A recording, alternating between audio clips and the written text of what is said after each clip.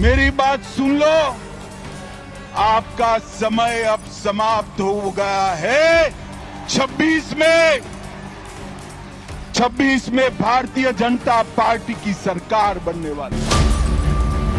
Border पर भूमि नहीं देते हो क्योंकि घुसपैठ चलती रहे, आपकी वोट बैंक बढ़ती रहे और आपके बाद आपका भतीजा भी मुख्यमंत्री बनता रहे। भाइयों बहनों, ये होने वाला नहीं।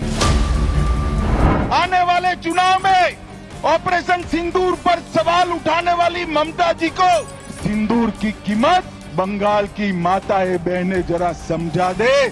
सिंदूर का अपमान करने का क्या मतलब। ममता दीदी आई और उन्होंने ये महान बंग भूमि को आज घुसपैठ, भ्रष्टाचार, स्त्रियों पर अत्याचार, अपराध, बम धमाके और हिंदुओं के साथ दुराचार का केंद्र बनाकर रख दिया है। दुराचार का केंद्र बना। भाइयों बहनों, यही बंगाल में चुनावी हिंसा सेशन के बाद, जब टीआर सेशन सीईसी बने, उसके बाद पूरे देश में चुनावी हिंसा बंद हो गई। मगर ये बंगाल है जिसमें चुनाव के वक्त और दीदी को विजय मिलने के बाद सैकड़ों भारतीय जनता पार्टी के कार्यकर्ताओं को मौत के घाट उतार दिया जाता है। दीदी, कब तक बचाओगी उनको? मेरी बात सुन लो, आपका समय अब समाप्त हो गया है। 26 में भारतीय जनता पार्टी की सरकार बनने वाली। और मैं सारे हजारों की संख्या में बैठे हुए मेरे मंडल के पदाधिकारियों को ये वादा करना चाहता हूं कि यहां तृणमूल की सरकार जाते ही हमारे कार्यकर्ताओं के हत्या के अपराधियों को जमीन में गाड़ा है तो भी बाहर निकालकर सजा करने का काम करेंगे। लोकतंत्र के अंदर हिंसा कभी शोभा नहीं देती है। दीदी, हिम्मत हो तो हिंसा के बगैर, रैगिंग के बगैर चुनाव कराकर देखो। आपकी खुद की जमानत ये बंगाल की जनता जब्त कर लेगी। और भाइयों बहनों, वोट बैंक की तुष्टीकरण ने वोट बैंक के लिए पतन की सीमा ये ममता बनर्जी ने पार कर दी। अभी कुछ दिन पहले पहलगांव में पाक प्रेरित आतंकवादियों ने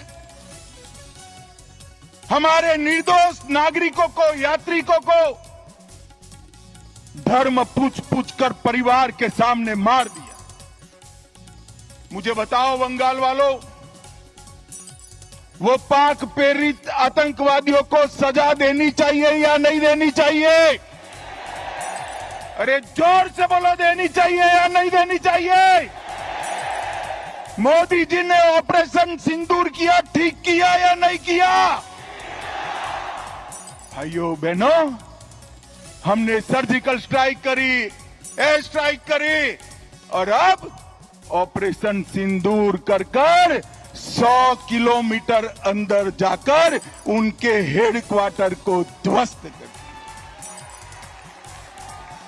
सैकड़ों आतंकवादी मौत के घाट उतार दिए गए और दीदी के पेट में दर्द होता है।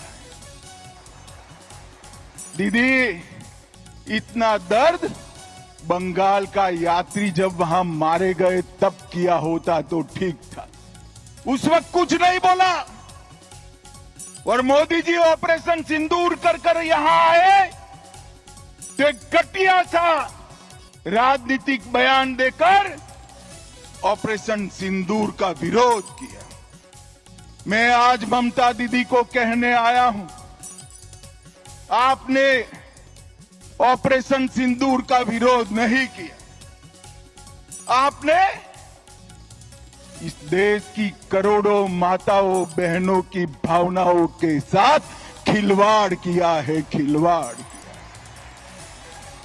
और मैं बंगाल की मातृशक्ति को भी अपील करने आया हूं, आने वाले चुनाव में ऑपरेशन सिंदूर पर सवाल उठाने वाली ममता जी को सिंदूर की कीमत बंगाल की माताएं बहनें जरा समझा दे, सिंदूर का अपमान करने का क्या मतलब है। भाइयों बहनों, 1990 से ये देश आतंकवाद झेलता है। 40,000 से ज्यादा लोग आतंकवाद की भेंट चढ़ गए। ये कांग्रेस की सरकारें, यूपीए की सरकारें, इंडिया अलायंस की सरकारें, जिसमें ममता बनर्जी भी मंत्री थी, कुछ नहीं करती थी। नरेंद्र मोदी सरकार आने के बाद गोली का जवाब गोले से देने की शुरुआत नरेंद्र मोदी ने।